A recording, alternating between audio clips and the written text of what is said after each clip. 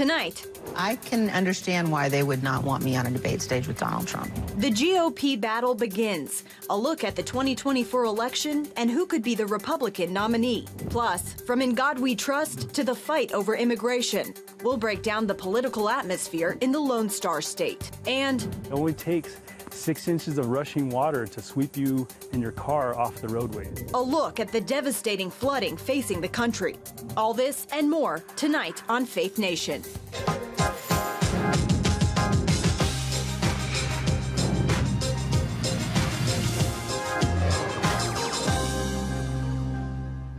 The 2024 Republican ticket takes center stage. Good evening and welcome to Faith Nation. In Washington, I'm Caitlin Burke.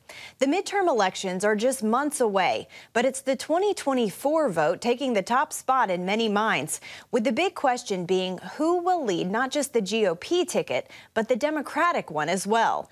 As voters get ready to head to the polls this fall, a lot of big names are hitting the campaign trail, stumping for candidates and growing their own national support for possible 2024 campaigns. For more on this, we turn to our CBN News White House correspondent, Abigail Robertson.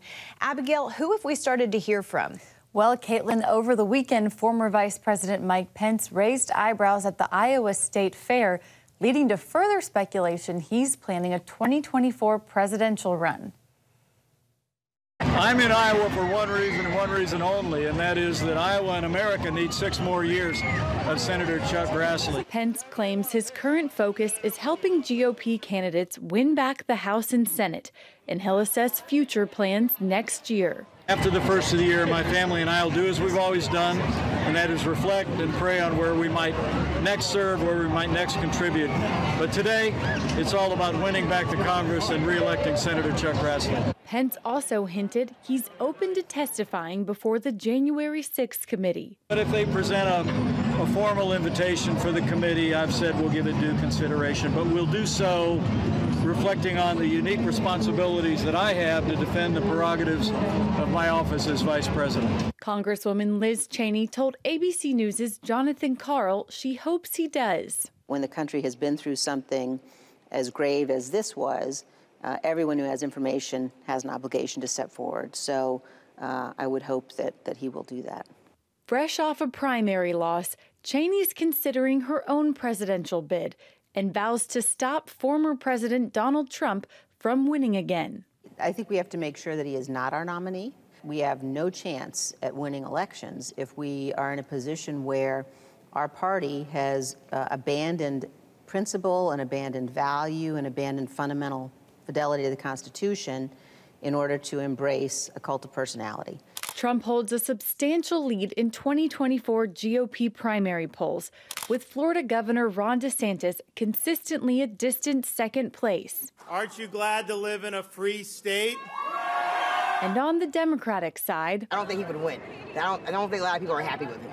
voters in Iowa, an early primary state, are casting doubt on a second term for President Biden. I think there's probably some other candidates that we get some fresh blood in there.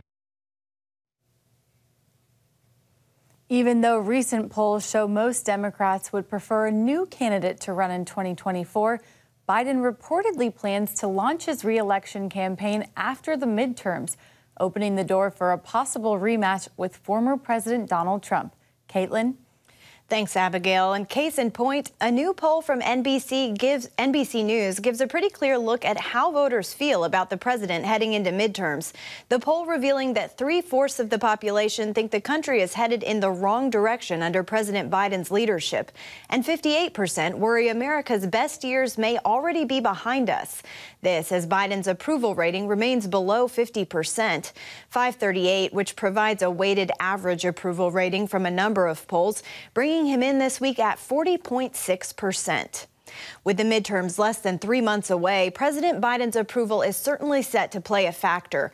But Republican hopes of sweeping control of both the House and Senate are starting to fade as Democratic enthusiasm grows. An NBC News poll finding 66% of Democratic voters have high interest in the midterms, nearly even with the 68% of Republicans who say the same. And new data collected by 538 finds that on a generic congressional ballot, 43.9% of of voters say they'd support Democrats, barely edging out the 43.5% who said they'd back GOP candidates. For more, let's bring in Nathan Gonzalez, editor and publisher of Inside Elections. Nathan, Minority Leader Mitch McConnell recently called candidate quality the reason that Republicans might not gain control of the Senate in November. What do you think he means by that?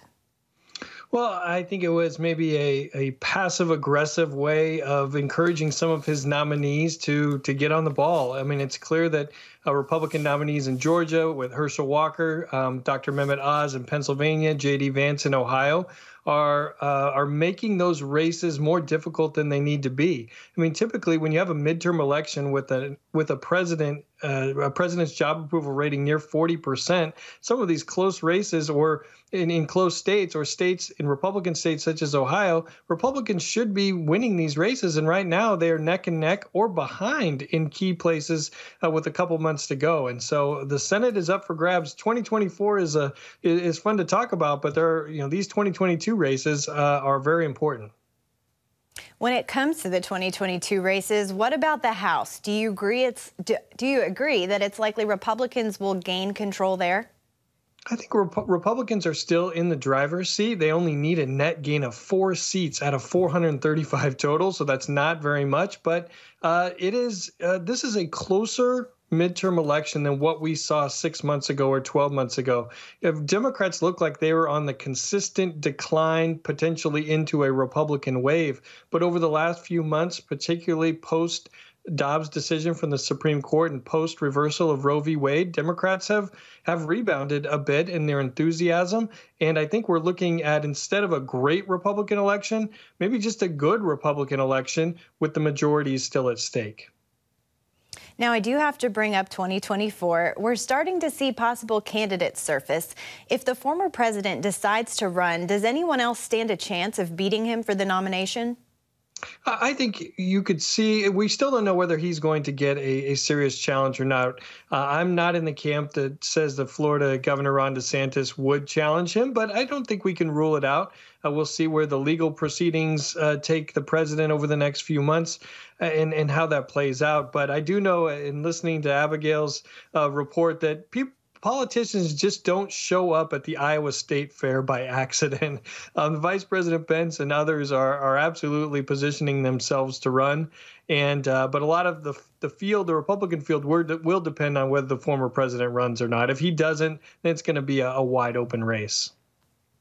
Nathan, last question. I'm going to put you on the spot here for your expert opinion. Will President Trump run again? I think he runs. I've been saying that for months until someone proves to me otherwise. I'm going to assume he's going to run. But, of course, there's still time and there's still wiggle room. But he loves to be the center of attention. And I think he's going to. Right now, I'm assuming he's going to run. Seems like we're going to find out one way or the other here pretty soon. Nathan Gonzalez, appreciate it as always. Thanks, Caitlin. Turning to Texas, where a state law now requires public schools to display the motto, "In God We Trust." While some praise the move, others say it's a violation of the Constitution. For more, we turn to senior Washington correspondent Tara Mergener. Tara, can you break down this law and the reaction to it?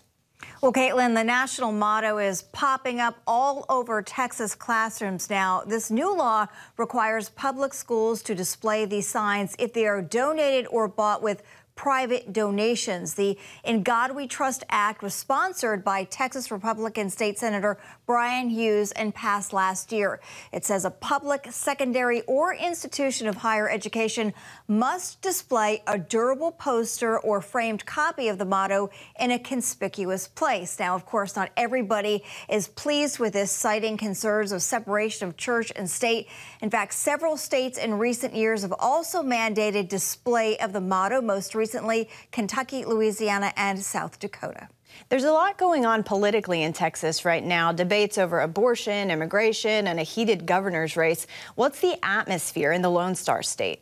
Caitlin, I think it's fair to say it's extremely tense. So let's start with the border crisis, the unprecedented number of migrants flooding into the U.S. every day. The number now closing in on 2 million this year, way ahead of schedule. So this is Governor Abbott continues to bus migrants from places or to places like D.C. and New York City to drive the point home to politicians in other states. There is a crisis going on. Now, Texas Republicans charge their Democrat counterparts are turning a blind eye and unwilling to offer enforcement solutions. So meanwhile, Republicans are expected to have a possible record turnout in Latino communities this cycle because of it.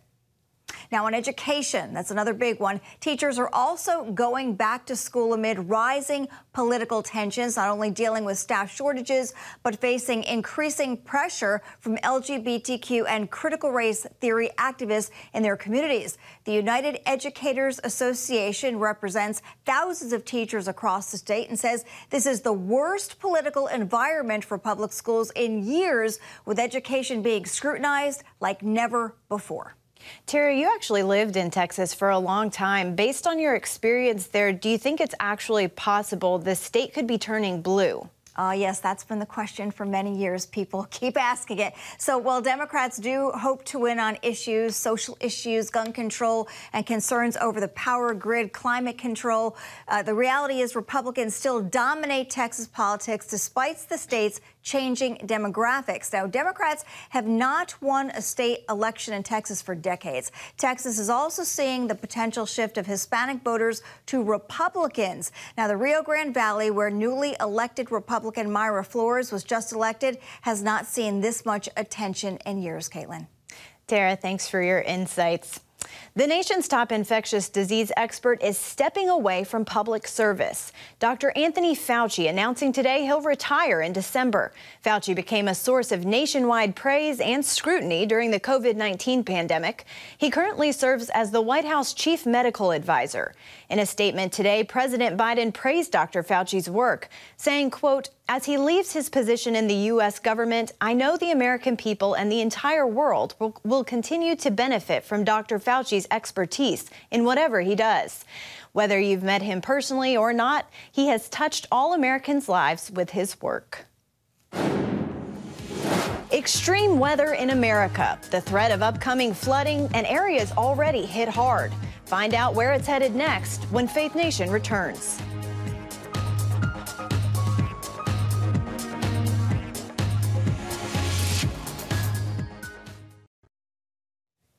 Welcome back. From tropical storms to monsoon rains, flash floods are overtaking several regions in the south and southwest.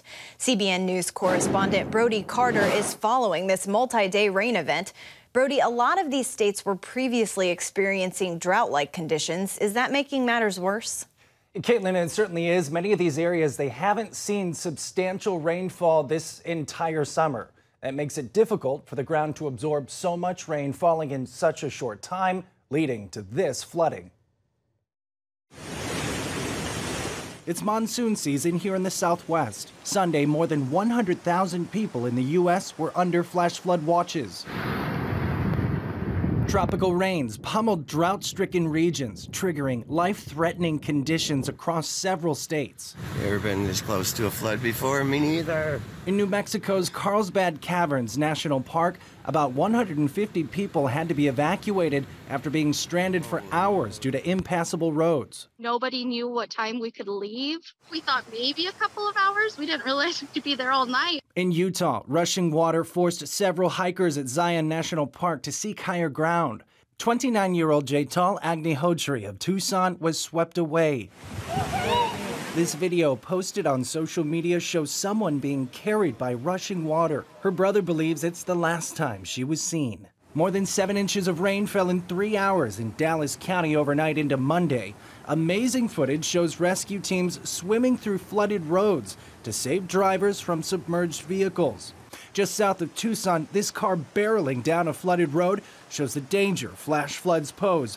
3 died here in Nogales, Mexico, including 2 children. Now millions are bracing for round 2 of potential flooding. The National Weather Service warns of a multi-day flash flood threat in the southern plains stretching into the lower Mississippi River Valley. Like I said, I'm thankful to be recording this and not be in the hospital right now.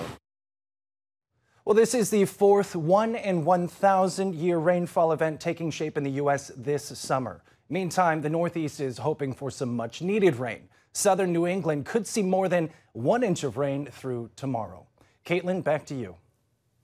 A story we'll be continuing to watch. Thanks, Brody.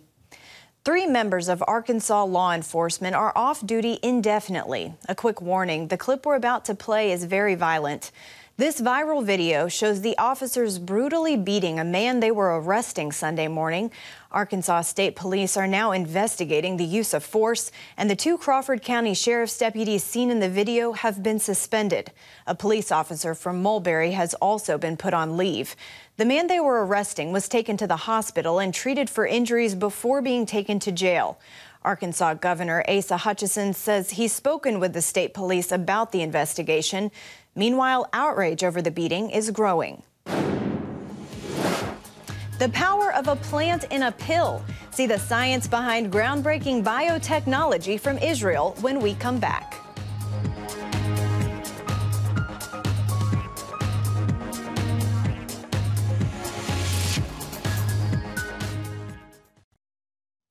Wednesday is Ukrainian Independence Day. It also marks 6 months since the Russian invasion began. Ahead of the day, Ukrainian President Volodymyr Zelensky is warning, quote, Russia may try to do something particularly nasty, something particularly cruel. This as Russian authorities say a car bomb killed the daughter of a political advisor considered to be the brain behind Putin. Reports indicate the bomb exploded in an SUV driven by 29-year-old TV commentator Daria Dugina. Russian media says the explosion happened as she was returning from a cultural festival with her father.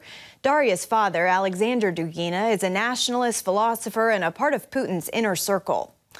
In the Middle East, the Holy Land has long been known for producing grapes, olives, and pomegranates, all fruits proven to promote good health. Now, an Israeli company is using cutting-edge technology to extract the greatest benefits and put them in pill form, which could lead to a healthier life. Chris Mitchell has that story from Jerusalem.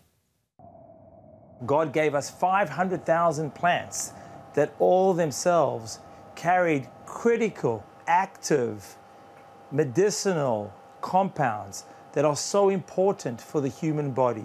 And by trying to scientifically get the best of what plants offer, BioHarvest Sciences CEO Ilan Sobel says his company has reached an amazing breakthrough. We at BioHarvest Sciences have developed a platform technology that's able to take any essential, active, medicinal compound from the plant, and we grow these compounds in cells. In a way, we're able to maintain the original structural composition of these specific medicinal compounds. Using a process shrouded in secrecy, the cells are developed in bioreactors for 3 weeks and then harvested. We call the technology bioplant solicitation. And this technology helps us to grow cells in liquid media, to mimic the nature, to take all the benefits of the nature and to power it, to make it better. We left with an amazingly soluble and bioavailable end product with this unique powder, which ultimately contains all the essential polyphenols from a plant. Food science professor Zohar Kerem of the Hebrew University says this technology goes beyond what university labs have accomplished in this area. The technology of BioHarvest is revolutionary in the sense that they know today how to take productive organs of a plant, might it be the fruit, the flowers, the leaves, and they can grow these in culture and make them produce the expected amount of the compound that they are looking for. And that's not all. The second is the upscale from a petri dish or from a little flask at the lab to industrial production. And their technology allows to do the upscaling rapidly and in a safe way. I've analyzed their products and they are what they say they are. The first product, Vinia, is made from skin, flesh, and seed cells of the red grape.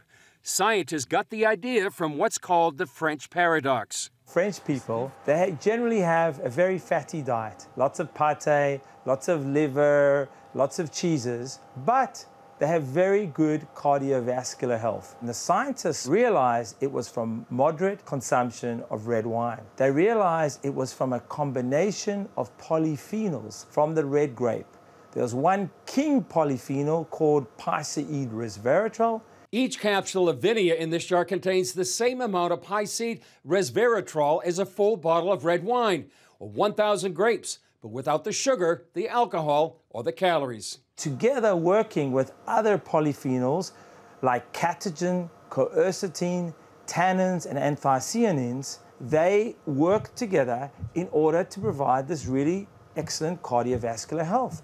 Sobel says there are environmental benefits as well. In 1 year, we're able to produce the equivalent of roughly 250,000 square meters of land. When it comes to water, all of our water is biodegradable. The grape is one of the 7 species of the Bible listed in Deuteronomy 8:8. 2 other plant products from that list are currently in development, one from olives and another from the pomegranate. Chris Mitchell, CBN News, Jerusalem. Coming up, prayers for a little player are heard double time. The stunning story next.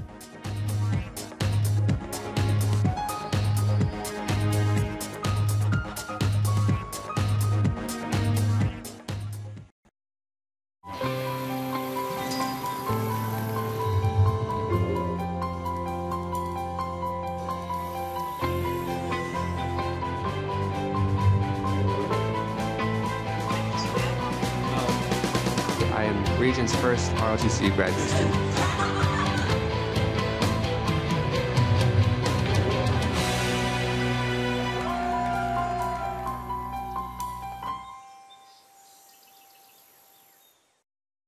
Tonight, a prayer of praise after Utah parents underwent 2 traumatic moments affecting their son's health. Little League baseball player Easton Oliverson recently had a tragic fall out of a bunk bed. He hit his head and was rushed into emergency surgery and placed in a medically induced coma. In the week after, the 12-year-old made tremendous progress. He was coming out of the coma and starting his road to recovery. But as he was practice walking unassisted Saturday night, Easton fell, hitting his head a second time. Miraculously, the results from the CAT scan came back normal. His parents say they're thankful to have witnessed multiple miracles for their son. Easton, we hope you continue to have a recovery that does not involve any more accidents. That's going to do it for Faith Nation tonight. We'll see you tomorrow.